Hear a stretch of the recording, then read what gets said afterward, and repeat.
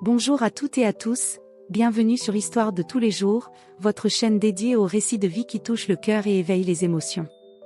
Si vous aimez les histoires vraies, pleines de suspense, de drame et de leçons de vie, n'oubliez pas de vous abonner et d'activer la cloche pour ne manquer aucune de nos histoires. Aujourd'hui, je vais vous raconter mon histoire, celle d'une femme qui a cru tout perdre avant de découvrir sa propre force. Installez-vous confortablement, car ce récit va vous captiver. Voici mon témoignage, je m'appelle Élise, j'ai 42 ans, et si je vous parle aujourd'hui, c'est pour partager une période de ma vie qui m'a transformée à jamais. Assise dans le salon de ma maison, à la périphérie de Lyon, je regarde par la grande fenêtre qui donne sur le jardin. Les rosiers que ma mère a plantés il y a 30 ans sont toujours là, malgré le temps, malgré tout ce qui s'est passé. Cette maison, c'est plus qu'un simple toit. C'est l'héritage de ma famille, un refuge de souvenirs, mais aussi le théâtre d'un drame qui a bouleversé ma vie. Laissez-moi vous raconter comment tout a commencé. J'y vis ici avec mon mari, Marc, et notre fille, Camille, qui vient d'avoir 16 ans. Marc, c'est l'homme que j'ai rencontré il y a 20 ans, dans un café près de l'université où j'étudiais la littérature. Il était charismatique, avec ce sourire qui faisait fondre tout le monde, et une assurance qui me fascinait. Moi, j'étais une jeune femme rêveuse, un peu trop sensible, toujours plongée dans mes livres. Il m'a séduite avec ses promesses d'une vie à deux, pleine d'aventures et de projets. Mais avec le temps, ce charme s'est transformé en une autorité que je n'avais pas vue venir. Marc décide, Marc tranche, et moi, je me suis habituée à acquiescer, à arrondir les angles pour éviter les conflits. Notre maison, c'est l'héritage de mes parents. Mon père, un homme discret mais aimant, me l'a légué avant de mourir, il y a 10 ans. C'est une bâtisse ancienne, avec des murs en pierre et des poutres en bois qui craquent la nuit. Chaque pièce raconte une histoire, la cuisine où ma mère préparait ses confitures, le grenier où je jouais enfant, la chambre où Camille a grandi. Cette maison, c'est mon ancre, mon refuge. Mais pour Marc, c'est autre chose. Il la voit comme un bien, un actif, quelque chose à gérer. Parfois, quand il parle de vendre une partie du terrain ou de rénover à sa manière, je sens une boule dans ma gorge. Cette maison, c'est tout ce qui me reste de ma famille, et la perdre serait comme perdre une partie de moi. Camille, notre fille, est une adolescente pleine de contradictions. Elle a les yeux de son père, cette même intensité, mais elle a hérité de ma sensibilité.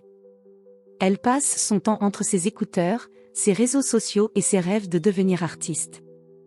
Elle m'aime, je le sais, mais depuis quelques mois, elle s'éloigne.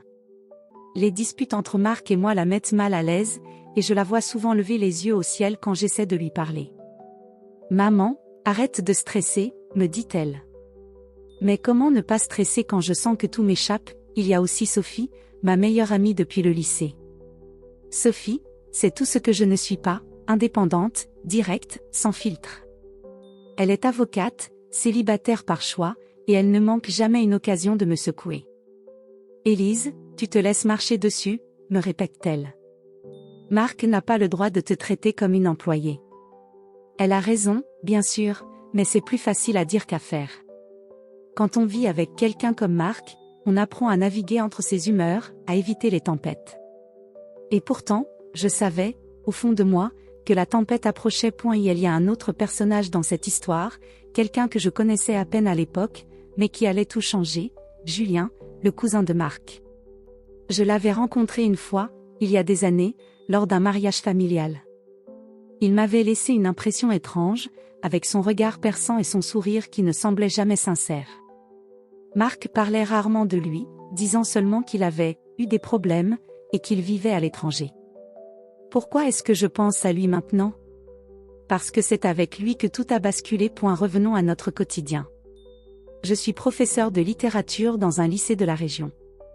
J'aime mon métier, transmettre ma passion pour les mots, voir les yeux de mes élèves s'illuminer quand ils comprennent un poème de Baudelaire.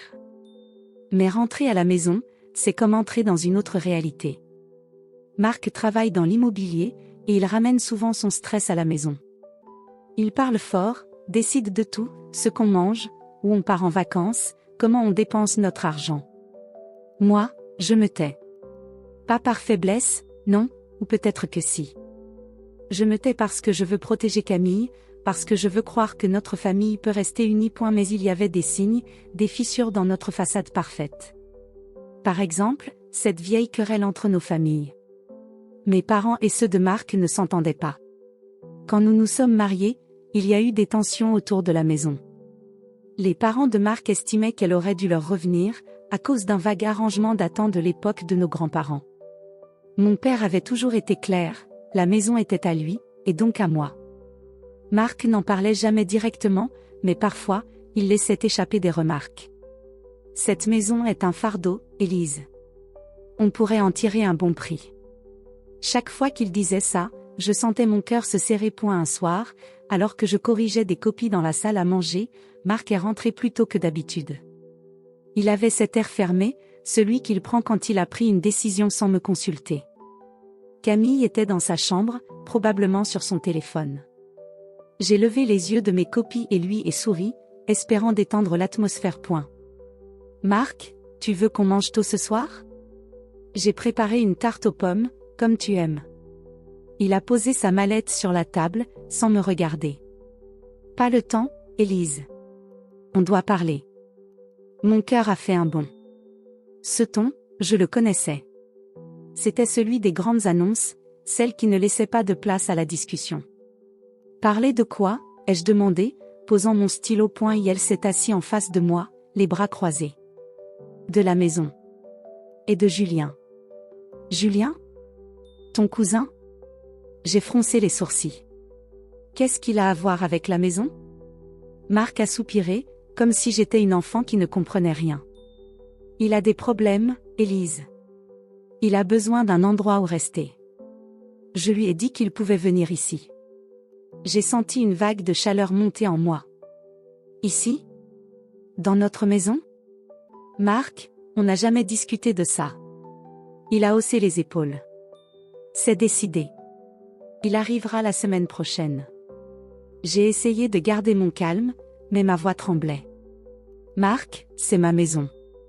Celle de mes parents. On ne peut pas juste. Ta maison? A-t-il coupé, son regard dur. On est mariés, Élise. Ce qui est à toi est à moi. Fin de la discussion. Je suis restée figée, les mots coincés dans ma gorge. Camille est descendue à ce moment-là, ses écouteurs autour du cou. Qu'est-ce qui se passe? Vous vous disputez encore? Rien, ma chérie, ai-je dit, forçant un sourire. Va te préparer pour le dîner. Mais au fond de moi, quelque chose s'était fissuré. Ce n'était pas seulement l'idée que Julien vienne vivre ici. C'était l'arrogance de Marc, son mépris pour mon avis, pour mes sentiments. Cette maison, c'était mon refuge, et il venait de la profaner avec une décision prise dans mon dos. Le lendemain, j'ai appelé Sophie. Je devais vider mon sac. On s'est retrouvés dans un petit café près de mon lycée. Elle a écouté, les sourcils froncés, en sirotant son thé. Élise, tu ne peux pas laisser passer ça, a-t-elle dit, posant sa tasse. Qui est ce Julien, d'abord? Et pourquoi Marc agit comme si tu n'avais rien à dire? Je ne sais pas, ai-je murmuré. J'ai l'impression qu'il me cache quelque chose. Sophie a posé sa main sur la mienne. Alors trouve ce qu'il cache. Cette maison, c'est la tienne. Ne laisse personne te la prendre. Ces mots ont résonné en moi. Ce soir-là, en rentrant, j'ai regardé la maison différemment. Chaque craquement du plancher, chaque photo sur le mur me rappelait qui j'étais. J'ai repensé à mon père, à ses mots, cette maison, Élise, elle est à toi. Protège-la. Et pour la première fois depuis longtemps, j'ai senti une étincelle en moi. Une étincelle de révolte. Mais je ne savais pas encore à quel point cette étincelle allait devenir un feu. La semaine suivante, tout allait basculer. Je ne savais pas, en me réveillant ce matin-là, que ma vie allait basculer. Le soleil filtrait à travers les rideaux de l'un de notre chambre, et j'entendais le chant des oiseaux dans le jardin. Pendant un instant, tout semblait normal. Marc était déjà parti travailler, comme souvent, laissant derrière lui une tasse de café à moitié vide sur la table de la cuisine. Camille dormait encore, son adolescence la retenant dans ses rêves jusqu'à midi. Moi, Élise, 42 ans, je me préparais pour une journée ordinaire, corriger des copies, préparer un cours sur Victor Hugo, et peut-être, si j'avais le temps, appeler Sophie pour discuter de ce malaise qui ne me quittait plus depuis la conversation avec Marc. Une semaine plus tôt, elle m'avait annoncé que son cousin Julien allait emménager chez nous, dans ma maison, sans même me demander mon avis. Cette idée me rongeait. Pourquoi Julien? Pourquoi maintenant? Et pourquoi Marc agissait-il comme si je n'avais aucun mot à dire? J'avais tenté d'en reparler avec lui, mais à chaque fois, il coupait court. C'est temporaire, Élise. Arrête de dramatiser. Mais ce n'était pas temporaire dans sa voix. C'était une décision imposée, comme un décret royal. Et moi, je me sentais comme une intruse dans ma propre maison. Ce soir-là, tout a explosé. C'était un vendredi, et j'avais préparé un dîner spécial pour essayer de détendre l'atmosphère. Camille était rentrée du lycée, un peu plus ouverte que d'habitude, et Marc semblait de bonne humeur. J'avais mis la table avec soin, une nappe blanche, des bougies, et un gratin dauphinois dont l'odeur emplissait la pièce. J'espérais que ce moment nous rapprocherait, qu'on pourrait parler calmement, comme avant. Mais dès que nous nous sommes assis, j'ai senti que quelque chose clochait. Marc était nerveux, triturant sa fourchette, évitant mon regard. Camille, elle, scrollait sur son téléphone, ignorant mes tentatives pour lancer la conversation. Camille, tu peux poser ton téléphone, s'il te plaît, ai-je dit doucement. Elle a levé les yeux, agacée. Maman, c'est bon, je mange. Marc a soupiré bruyamment.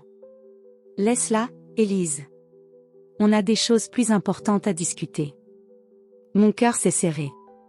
Des choses plus importantes? Comme quoi? Il a posé ses couverts, croisant les bras. Julien arrive demain.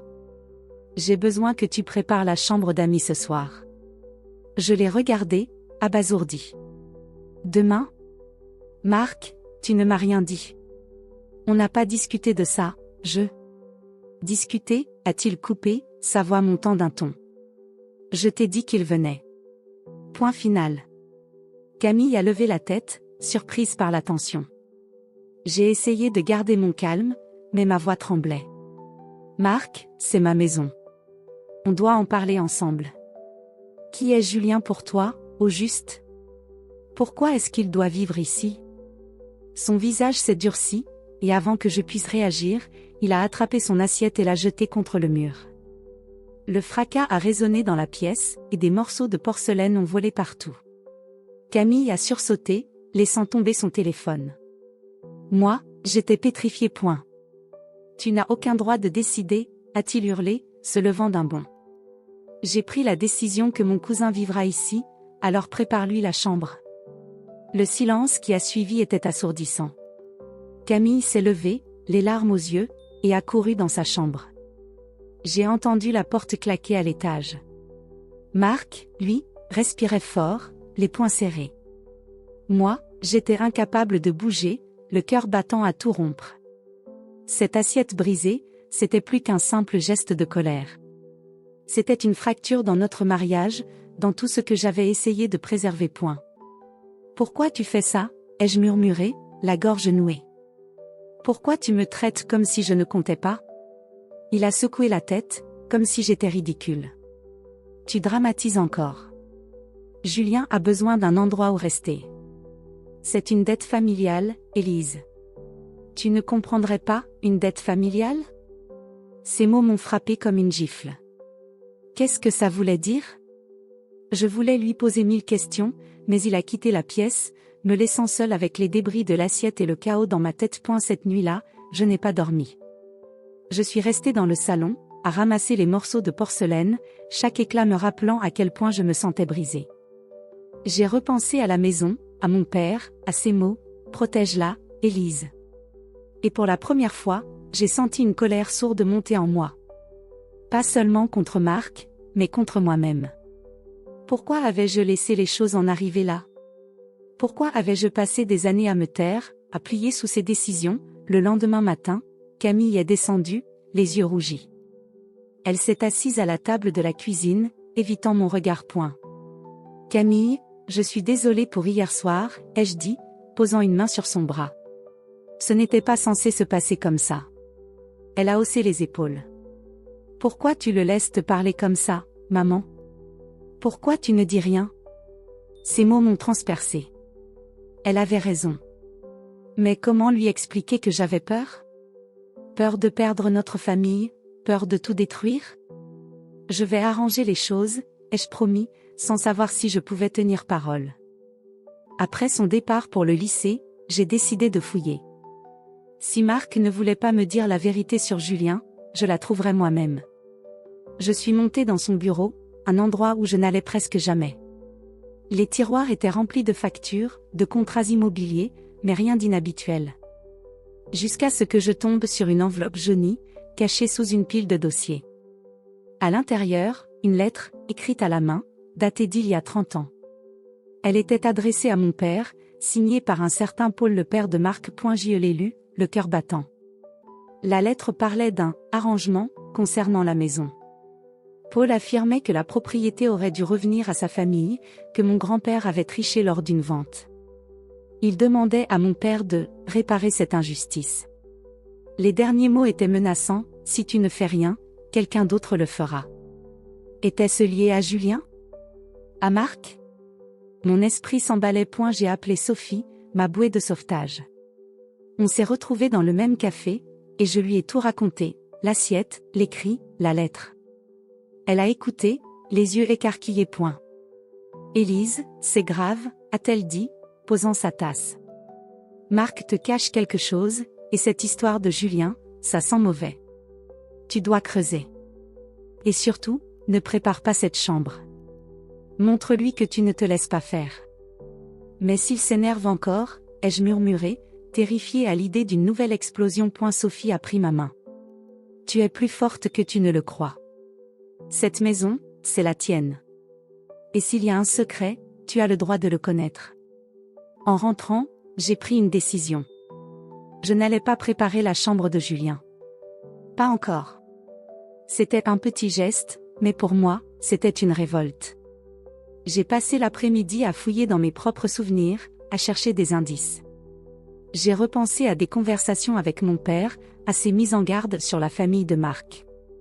Ils ont toujours voulu cette maison, Élise. Fais attention. Pourquoi n'avais-je pas écouté? Le soir, Marc est rentré, et son regard s'est posé sur la porte de la chambre d'amis, toujours fermée. Tu n'as rien préparé? A-t-il demandé, la voix froide. Non, ai-je répondu, le regardant droit dans les yeux pour la première fois depuis longtemps. On doit parler, Marc. Vraiment parler. Il a serré les dents, mais avant qu'il ne puisse répondre, la sonnette a retenti. Julien était à point et elle se tenait sur le seuil, une valise à la main, avec ce même sourire ambigu que je me rappelais. Élise, ravie de te revoir, a-t-il dit, sa voix mielleuse. Mais dans ses yeux, il y avait quelque chose de plus sombre, quelque chose qui me donnait la chair de poule. Marc l'a accueilli comme un frère, lui tapant sur l'épaule. Moi, je suis restée en retrait, observant. Julien a jeté un regard autour de lui, comme s'il évaluait la maison. Belle maison, a-t-il dit, presque à lui-même.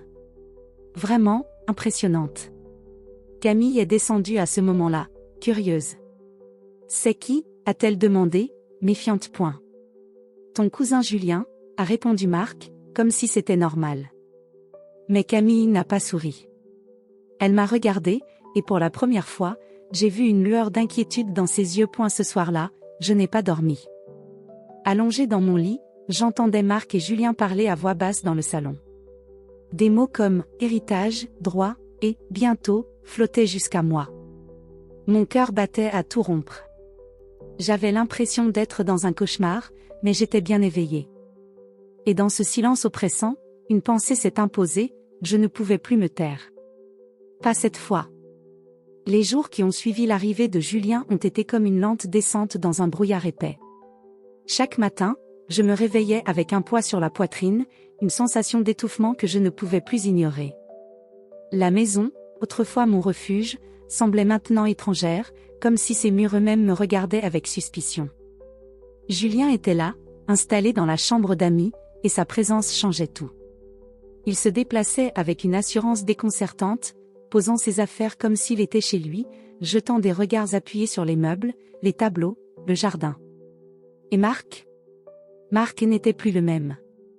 Il passait des heures avec Julien, riant, discutant à voix basse, tandis que moi, je me sentais de plus en plus invisible. Je m'appelle Élise, j'ai 42 ans, et je me rends compte aujourd'hui à quel point j'avais laissé les choses déraper.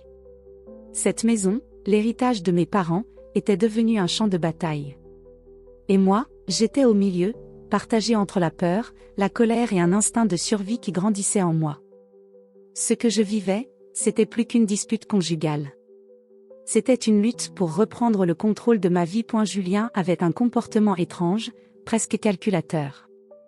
Avec Marc, il était tout sourire, racontant des anecdotes sur leur enfance, des souvenirs que je n'avais jamais entendus. Mais avec moi, il était différent. Ses phrases étaient courtes, ses regards froids, comme s'il m'évaluait. Un matin, alors que je préparais le petit déjeuner, il est entré dans la cuisine, vêtu d'un pull noir qui accentuait son allure intimidante. « Tu fais vraiment tout ici, Élise ?» a-t-il dit, s'appuyant contre le comptoir. La parfaite maîtresse de maison. J'ai serré la spatule dans ma main, forçant un sourire. C'est ma maison, Julien. Je m'en occupe. Il a haussé un sourcil, son sourire en coin me donnant la chair de poule. Ta maison, pour l'instant. Ces mots m'ont glacé. Que voulait-il dire? Était-ce une menace? Je n'ai rien répondu, mais mon esprit s'emballait. Pourquoi Marc le laissait-il parler ainsi? Et pourquoi semblait-il si à l'aise avec l'idée que Julien s'installe ici, dans ma maison? Camille, elle, devenait de plus en plus distante. Depuis l'incident de l'assiette, elle passait ses journées enfermée dans sa chambre ou chez des amis. Un soir, je l'ai trouvée dans le salon, fixant son téléphone. J'ai tenté de briser la glace. Camille, ma chérie, tu veux qu'on parle? Je sais que tout ça est difficile. Elle a levé les yeux, agacée. Difficile? Maman, tu laisses papa et ce type bizarre faire ce qu'ils veulent. Pourquoi tu ne fais rien? Ces mots m'ont transpercée. Elle avait raison, mais je ne savais pas comment lui expliquer que j'avais peur. Peur de perdre Marc, peur de la détruire, elle, en brisant notre famille. Je vais trouver une solution, ai-je murmuré, mais elle a secoué la tête et est montée dans sa chambre. Ce rejet était comme un couteau dans le cœur. Poussé par Sophie, j'ai décidé de ne plus me contenter de questions sans réponse. Sophie, ma meilleure amie, était devenue ma boussole dans cette tempête. Lors d'un déjeuner en ville, elle m'a secoué, comme toujours. Élise, tu dois arrêter de te cacher, a-t-elle dit, son regard perçant. Julien n'est pas juste un cousin qui a besoin d'un toit. Il y a quelque chose de louche. Et Marc? Il te manipule. Fouille, trouve des preuves. Et si je découvre quelque chose d'horrible? Ai-je demandé, la voix tremblante. Alors tu seras prête à te battre. Cette maison, c'est ton héritage. Ne les laisse pas te la voler. Ces mots m'ont donné le courage de continuer. Ce soir-là, alors que Marc et Julien étaient sortis, j'ai fouillé à nouveau le bureau de Marc. Cette fois, j'ai trouvé quelque chose. Sous une pile de documents, dans une chemise marquée « Archives », il y avait des papiers juridiques. Des contrats, des échanges de lettres entre avocats, tous datant d'il y a plusieurs années. L'un d'eux mentionnait la maison, et un nom revenait, Julien. Une note manuscrite, signée par Marc, parlait d'un « règlement de compte familial » et d'un « droit à réclamer ». Mon cœur battait à tout rompre. Julien n'était pas juste un cousin en difficulté. Il avait des prétentions sur la maison, et Marc semblait le soutenir. Je n'ai pas pu m'arrêter là. J'ai cherché dans les affaires de mon père, rangées dans une malle au grenier. Parmi les vieux albums photos et les lettres, j'ai trouvé un carnet où il notait tout, ses finances, ses projets, et même ses inquiétudes. Une page, datée de l'année de sa mort, mentionnait une dispute avec la famille de Marc. Ils veulent la maison, écrivait-il. Ils parlent d'un vieux litige, mais je ne céderai pas, Élise doit être protégée. Ces mots m'ont brisé. Mon père savait que quelque chose se tramait, et il avait essayé de me prévenir. Pourquoi n'avais-je rien vu? Les jours suivants, la tension dans la maison est devenue insupportable. Marc était de plus en plus distant, passant ses soirées à discuter avec Julien dans le bureau, la porte fermée. J'entendais parfois des bribes de leur conversation. L'avocat, la propriété, elle ne doit pas savoir. Chaque mot était comme une aiguille plantée dans ma peau. Et puis, des choses étranges ont commencé à se produire. Un soir, j'ai trouvé une de mes photos de famille, celle de mes parents et moi, prise dans le jardin déplacée sur une étagère. Une autre fois, une lettre anonyme est arrivée dans la boîte aux lettres, avec seulement quelques mots, par avant qu'il ne soit trop tard. Était-ce Julien? Marc? Quelqu'un d'autre? J'ai confronté Marc, un soir où Julien était sorti. Je l'ai trouvé dans le salon, un verre de whisky à la main point. Marc, il faut qu'on parle, ai-je dit, la voix ferme malgré la peur qui me tordait l'estomac. Qu'est-ce que Julien veut vraiment? Et pourquoi tu ne me dis rien? Il a levé les yeux, agacé. Tu recommences avec tes paranoïas, Élise. Julien est là pour un moment, c'est tout. Alors pourquoi j'ai trouvé des documents qui parlent de la maison? De Julien? D'un litige, ai-je insisté, brandissant les papiers que j'avais découverts. Son visage s'est figé. Pendant un instant, j'ai cru qu'il allait exploser, comme avec l'assiette. Mais il s'est contenté de poser son verre, lentement. Tu fouilles dans mes affaires, maintenant? C'est ma maison, Marc. J'ai le droit de savoir. Il s'est levé, s'approchant de moi. Si tu continues à poser des questions, Élise, tu vas le regretter. Julien reste, et si tu ne peux pas l'accepter, c'est toi qui devras partir. Ces mots m'ont coupé le souffle. Était-ce une menace? Allait-il vraiment me chasser de ma propre maison? Avant que je puisse répondre, Julien est rentré, interrompant la conversation. Il m'a regardé, son sourire énigmatique toujours en place. Problème de couple, a-t-il demandé, presque moqueur. J'ai serré les poings, retenant une envie de hurler. Rien qui te concerne, Julien. Mais son regard disait le contraire. Il savait quelque chose, et il savait que je commençais à comprendre. Le lendemain, j'ai appelé Sophie à nouveau. Il m'a menacé, Sophie, ai-je murmuré, caché dans ma voiture pour que personne ne m'entende. Il a dit que je devrais partir si je n'acceptais pas Julien. Élise, c'est du chantage, a-t-elle répondu, furieuse. Tu dois te protéger. Va voir un avocat, trouve un moyen de sécuriser la maison. Et surveille Julien. Il n'est pas là par hasard. Elle avait raison. J'ai contacté un avocat, discrètement, et j'ai commencé à enregistrer les conversations entre Marc et Julien avec mon téléphone, quand je le pouvais. Je ne savais pas encore ce que je ferais de ces enregistrements, mais je sentais que j'en aurais besoin. Une idée germait en moi, une idée de revanche, même si je ne savais pas encore comment elle prendrait forme. Camille, elle, s'éloignait encore plus. Un soir, elle m'a surprise en train de ranger les documents que j'avais trouvés. « Qu'est-ce que tu fais, maman » a-t-elle demandé, les bras croisés. Je cherche la vérité, ai-je répondu, hésitante. Il se passe des choses que je ne comprends pas, Camille. Elle a secoué la tête. Pourquoi tu fais ça dans le dos de papa? Tu ne lui fais pas confiance? Sa question m'a brisée. Comment lui dire que son père, l'homme qu'elle admirait, me trahissait? Camille, je fais ça pour nous. Pour protéger la maison. Mais elle est partie, me laissant seule avec mes doutes. J'avais l'impression de perdre tout le monde, Marc, Camille, et peut-être même moi-même. La nuit suivante, tout a empiré. Alors que je passais devant le bureau de Marc, j'ai entendu des voix.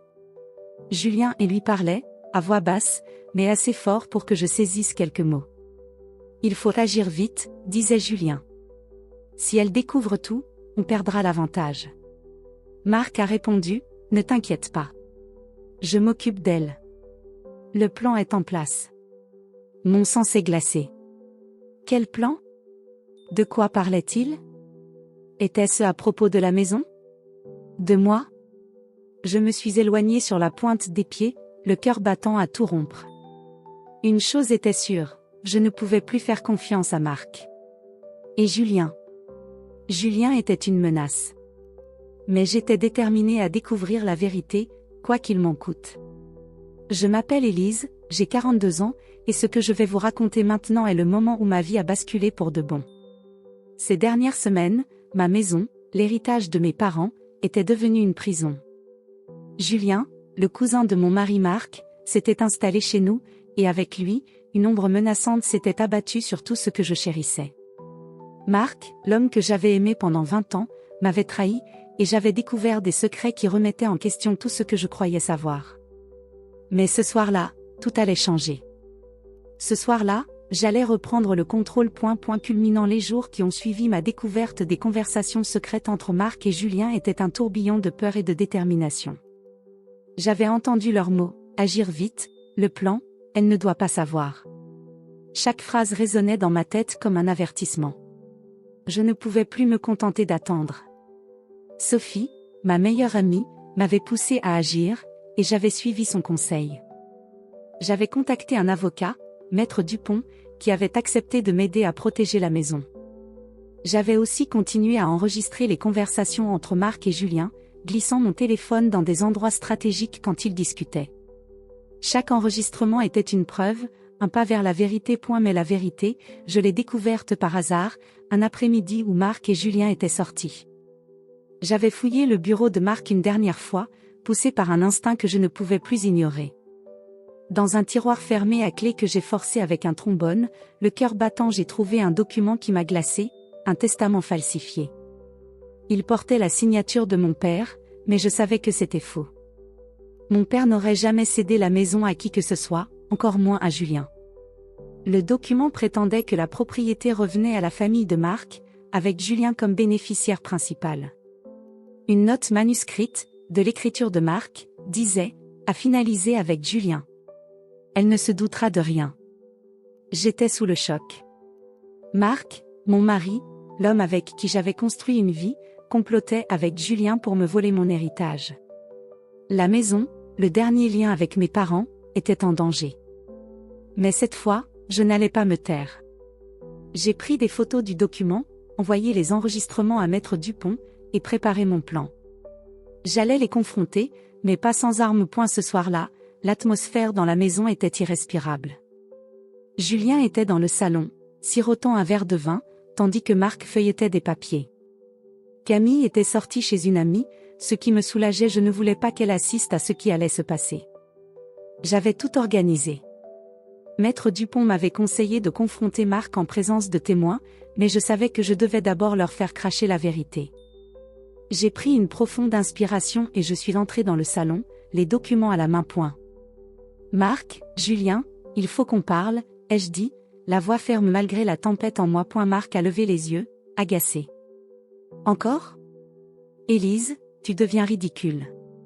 Julien, lui, a souri, ce sourire froid qui me donnait des frissons. Laisse-la parler, Marc. Ça pourrait être amusant. J'ai posé le testament falsifié sur la table, les photos des documents bien en vue. Ça, c'est amusant ? Un faux testament ? Vous pensiez vraiment que je ne découvrirais rien ? Le silence qui a suivi était lourd. Marc a blêmi, ses yeux passant du document à moi.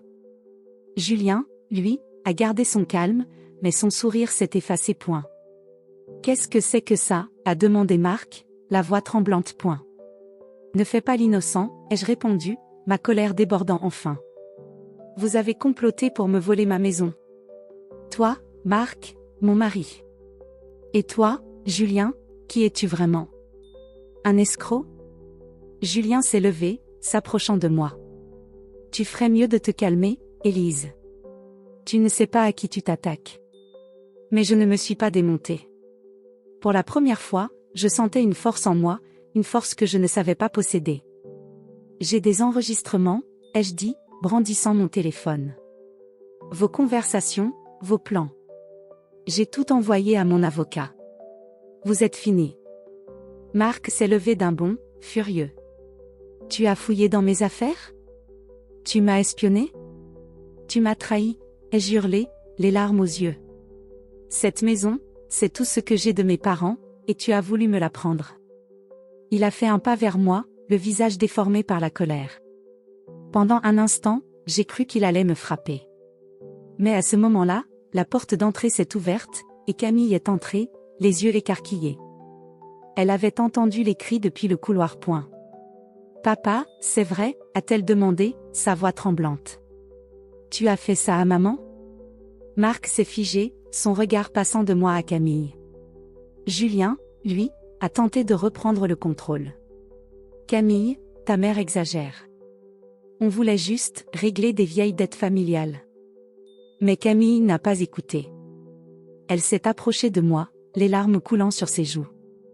Maman, je suis désolée, je ne savais pas, ce moment, ce regard de ma fille, m'a donné la force de continuer.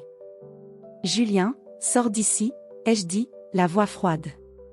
Et toi, Marc, tu as jusqu'à demain pour partir.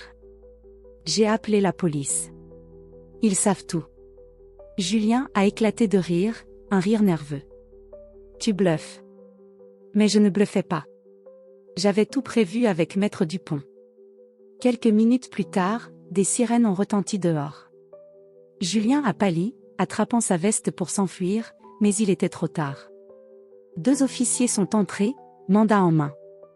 Julien Moreau, vous êtes en état d'arrestation pour fraude et falsification de documents. Marc, lui, était comme pétrifié. Élise, a-t-il murmuré, mais je l'ai coupé point. Tu as choisi ton camp, Marc. C'est fini. Résolution. Les heures qui ont suivi étaient un tourbillon. Julien a été emmené par la police, menottes au poignet. Marc, lui, a tenté de s'expliquer, mais ses mots sonnaient creux. Je ne voulais pas te faire de mal, Élise. C'était juste, pour aider Julien. Aider Julien, ai-je rétorqué, amère. Tu m'as trahi, Marc. Tu as trahi notre famille.